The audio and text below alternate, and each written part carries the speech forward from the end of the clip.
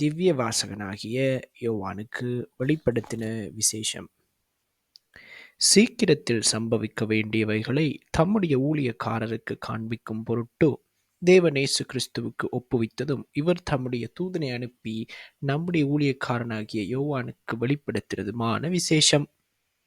இவன் தேவனுடைய வசனத்தை குறித்தும் இயேசு கிறிஸ்துவை பற்றிய சாட்சியை குறித்தும் தான் கண்ட யாவற்றையும் சாட்சியாக அறிவித்திருக்கிறான். இந்த தீர்க்க தரிசன வசனங்களை வாசிக்கிறவனும் கேட்கிறவர்களும் இதில் எழுதியிருக்கிறவைகளை கைக்கொள்ளுகிறவர்களும் பாக்கியவான்கள். காலம் சமீபமாயிருக்கிறது.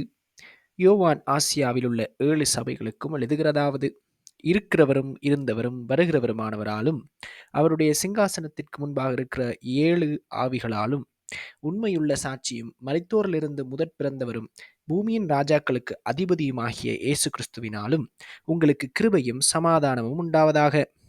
நம்மிடத்தில் அன்பு கூர்ந்து தமது இரத்தத்தினாலே நம்முடைய பாவங்கள நம்மை கழுவி தம்முடைய பிதாவாகிய தேவனுக்கு முன்பாக நம்மை ராஜாக்களும் ஆசாரியர்களுமாக்கின அவருக்கு மகிமையும் வல்லமையும் என்றென்றைக்கும் உண்டாயிருப்பதாக. ஆமேன்.